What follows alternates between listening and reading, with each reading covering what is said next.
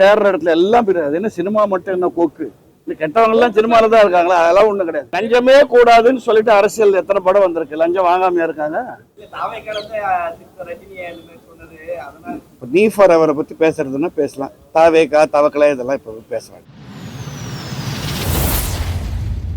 இந்த காலகட்டத்துல டைவர்ஷன் போயிட்டு எல்லாருமே போயிடுறாங்க. இந்த படம் பார்த்தா திருப்பி வாய்ப்பு உண்டா? படம் பார்த்து தெரிஞ்சு என்னைக்காவது நம்ம தமிழ்நாட்டில் தெரிஞ்சிருக்காங்களா இல்ல இந்தியாவில தெரிஞ்சிருக்காங்களா? இல்லைன்னா லஞ்சமே கூடாதுன்னு சொல்லிட்டு அரசியல் எத்தனை படம் வந்திருக்கு. லஞ்சம் வாங்காமையா இருக்காங்க சொல்லுங்க. இது அவங்க சொல்றாங்க.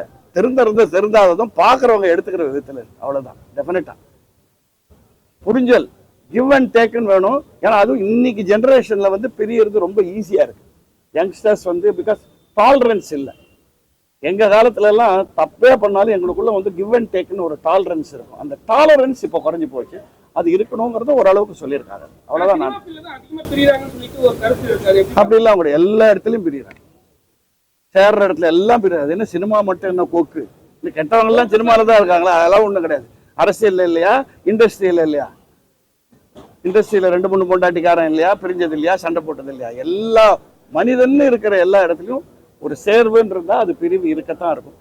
அது எந்த அளவுக்கு நம்ம டாலரேட் பண்ணி ஃபேமிலிக்காக விட்டு கொடுக்குறோங்கிறது தான் முக்கியம். அதுதான் நான் நினைக்கிறேன். இன்னைக்கு டிவோர்ஸுக்கு காரணம் அது என்ன? டாலரன்ஸ் இல்லை. ஒருத்தருக்கு ஓகே அதெல்லாம் தெரியாது சார். நான் அப்படி பண்ணதே இல்லை சார். என்ன நீங்க கதையை பத்தி கேட்டீங்கன்னா இந்த கதையை பத்தி சொல்லுங்க. நீங்க வேற ஏதோ கதையை பத்தி கேட்டீங்கன்னா அது தனியா கேட்பேன். Okay, thank you. வச்சுட்டா இந்த படம் கண்டிப்பா பிடிக்கும். அந்த மாதிரி சமீபத்தில் நிறைய படங்கள் ஓடி இருக்கு, நீங்க பார்த்துருக்கீங்க கண்டென்ட்ல. வெறும் கண்டென்ட்டை மட்டும் நம்பி பண்ண ஒரு படம்.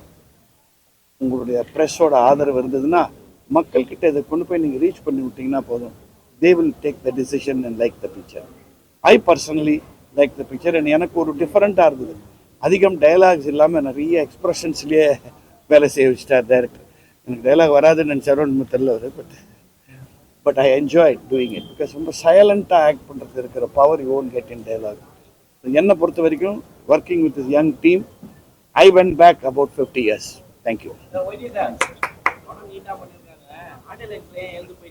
எங்க வந்துட்டு ஆமாம், எனக்கு பர்ஃபார்மன்ஸ் இருக்குது சார். நான் போகணும்ல. கேட்டிருந்தா கூட எனக்கு ஒன்றும் தெரியாதுன்னு சொல்றேன். அதுக்கு எவ்வளோ நேரம் ஆக போகுது? நீ ஃபார் அவரை பத்தி பேசுறதுன்னா பேசலாம். தாவேக்கா தவக்கலை இதெல்லாம் இப்போ பேச வேண்டாம். ஓகே, அன்னைக்கு கேட்டிருந்தாலும் இதான் பதில். இன்னைக்கு கேட்டதால் அன்னைக்கு எனக்கு நாடக ஒத்திகை இருந்ததுனால நான் சீக்கிரம் கிளம்பி போனேன். இன்னைக்கு நாடக ஒத்திகையில் இல்லை. But let us talk about this what it is. அதுக்கு இன்னொரு அரங்கம் வைங்க, அங்கே பேசுங்க. அது பண்ணீங்க. கல்யாணம் நடக்கிற இடத்துல டைவோர்ஸை பற்றி பேசலாமா? அந்த மாதிரி தான் அது. தேங்க்யூ. அவர் ஏதாவது இருக்காரு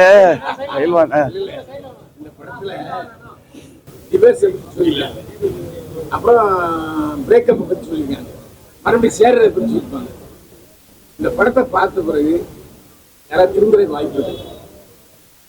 இல்லை, சேரணுங்கிற எண்ணம் வருதுங்கிறது சொல்லியிருக்காங்களே. இப்போ அதுதானே ஒரு கடைசியில் எல்லாம் பிரிஞ்சு போயிட்டாங்கன்னா அந்த வாய்ப்பு வராது. லைஃப்பில் அது நிறைய இருக்குது சார். சேர்ந்தவங்க எத்தனை பேர் பிரிஞ்சு போயிருக்காங்க. என் ஃபேமிலியிலையும் நடந்திருக்கு, உங்கள் ஃபேமிலியிலையும் நடந்திருக்கும். நாங்கள் உங்களை கேட்க முடியாது, ஏன்னா பத்திரிக்கை உங்ககிட்ட இருக்குது. அதனால் பட் எல்லோரும் ஒன்று சேரணுங்கிறது எண்ணம் தானே. அதுதான் எண்டில் அவங்க சொல்லியிருக்காங்க. Even that producer at the other person கூட திருந்தணும்னா நீங்கள் எப்படி சொல்றீங்க? சேர்றதுனால திருந்த போகிறதில்ல, மனம் வருந்தி சேர்ந்தால் அது திருத்தம்.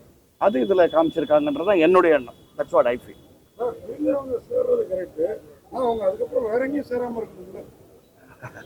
அது நம்ம கையில் இல்லை சார். அது அவங்கவுங்க மன கட்டுப்பாடை பொறுத்து இருக்கு. எனக்கு அந்த பிரச்சனையே கிடையாது, ஏன்னா நான் பெரியவே இல்லை. அதனால என்கிட்ட கேட்காதீங்க இதை பற்றி.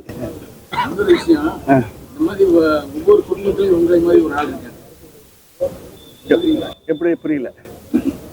ஒவ்வொரு குடும்பத்திலையும் இந்த மாதிரி பழைய பாரம்பரிய விஷயத்தை பேசிக்கிட்டு புதிய சிந்தனைகளை கெடுத்துக்கிட்டு இருக்காங்கன்னு நான் சொல்லுவேன். பிரிஞ்சாதான் நல்ல சிந்தனை கிடைக்கல புதுசா. நீங்க உங்க பொண்ணை சேர்த்துக்கிட்டீங்க இல்லையா? அதே சமயத்துல அவனுடைய காதலை வெறுக்கிறதுக்கான காரணம் இந்த கதலையா? இந்த படத்துல இல்லை அவன் அவளை சரியா ட்ரீட் பண்ணலங்கிறது தானே. சில பேர் வந்து இன்னும் ட்ரெடிஷ்னலாக இன்னைக்கும் இருக்காங்க சார் ஊர்ல. அதனால தான் அப்பா பேச்சை விரும்பி போகாத பொண்ணு ஒத்துக்காத இருக்கு. அண்ட் அவ போன இடத்துல அவ சந்தோஷமா இல்லையே, அவன் அங்க சந்தோஷமா இருந்தா ஒன்றும் சொல்லியிருக்க போறது இல்லை. என் பேச்சை மீறி நீ போன, அங்க உனக்கு கிடைச்சது கொடுமைதான் வறுமைதான் அப்படின்னும் போது திரும்பி வந்து மரியாதையை நான் சொல்றதை கேளு. அது வந்து ஒரு ஃபிக்ஸேஷன் அட் தட் ஏஜ். அந்த ஏஜ்ல உள்ளவங்க வருது தான் அவங்க. இதை மாதிரி நான் நிறைய பேர் பார்த்துருக்கேன். ஏன்னா ஃபேமிலியில ஒருத்தர் அது என்ன ஆயிடும்னா ஒரு பயம் வந்துடும், தன் பொண்ணுக்கானது தன்னுடைய பேரனுக்கு ஆகக்கூடாதுன்னு. அதுதான் ஆரம்பிச்சிருக்காங்க. இல்ல நான் சொல்றது, ஒரு பெரிய மனுஷன் உட்கார்ந்துக்கிட்டு அந்த குடும்பத்தை எல்லாரும் சிரிக்க விடாம பண்றது இயல்பானதான் இருக்கு, நிறைய இருக்கு. அதை மாத்துறது தான் கதை. அதை மாத்திருக்காங்க. அது அவனும் ஜாலியா முதல்ல சிரிச்சிருந்தான்னா கதையில ஓட்டமே இருந்திருக்காங்க. என்ன காரணம்னா அந்த பழைய பாரம்பரிய அந்த மாதிரி நிறைய பேர் இருக்காங்க சார், இன்னைக்கும் இருக்காங்க. அதனாலதான் பல ஃபேமிலி அமைதி இல்லாம இருக்கு. அமைதி இல்லாம இல்லை, அவங்க புரிஞ்சுக்கல. சில சமயம் அவங்க பண்ணது நல்லதாகவும் நடந்திருக்கு. இப்ப அந்த இங்க இந்த கதையில நல்லதுக்காக அவங்க திரும்பி வந்து இந்த கதையில அவர் புரிதல் இல்லை. இந்த பெரியவர் வந்து நான் ரொம்ப பிரமாதமானவர்லாம் சொல்ல, ஒரு அடம் பிடிக்கிற கேரக்டரை தான் காமிச்சிருக்காங்க. எல்லா கேரக்டருமே ஒயிட் அண்ட் பிளாக்கா இருக்க முடியாது, சிலது கிரேயா இருக்கணும்ல. என்னோட கேரக்டர் இதுல கிரே தான். தன் பொண்ணுக்கு நடந்தது அடுத்த ஜெனரேஷனுக்கும் நடந்துருமோ அப்படிங்கிற ஒரு என்ன சொல்றது அசட்டுத்தனமான ஒரு பயம் தான். கரெக்ட் தான். நாங்க எல்லாருமே நம்பி தான் இந்த ஸ்டெப் எடுத்திருக்கோம். கண்டிப்பா இந்த படத்தை March 27 தியேட்டர்ல பாருங்க. அண்ட் உங்களோட ஆனஸ்ட் ரிவ்யூஸ் எங்களுக்கு ரொம்பவே இம்பார்ட்டன்ட். ஸோ கண்டிப்பா உங்க ரிவ்யூ சொல்லிட்டு ஆடியன்ஸ் கண்டிப்பா வந்து தியேட்டர்ல பாருங்க. Thank you so much. வணக்கம், என் பேர் பிரத்தோன்னு கூப்பிடுவாங்க. ஸோ வந்திருக்க எல்லா ப்ரெஸ் மீடியா சார் நண்பர்கள் எல்லாருக்குமே வணக்கம். அண்ட் நீ ஃபார் எவர் இந்த படம் ஒரு ஜென்சி ஜெனரேஷனுக்கும் சரி 90ஸ்க்கும் சரி அப்பா அம்மா எல்லாருக்குமே ஒரு பிடிச்ச ஒரு ஃபீல் குட்டான ஒரு படம். நாங்கள் எல்லாருமே ஒரு புதுசாக இந்த ஒரு முயற்சி எடுத்திருக்கோம். அண்ட் புது டீம் அண்ட் புது சினிமாக்கே புதுசாக வந்திருக்கோம். ஸோ உங்கள் எல்லாத்தோட சப்போர்ட் ரொம்ப முக்கியம்.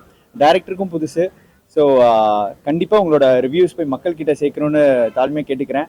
அண்ட் நிறைய படங்கள் இதே மாதிரி நாங்கள் பண்ணணும் உங்கள் பிளெஸிங்ஸோட. Thank you so much.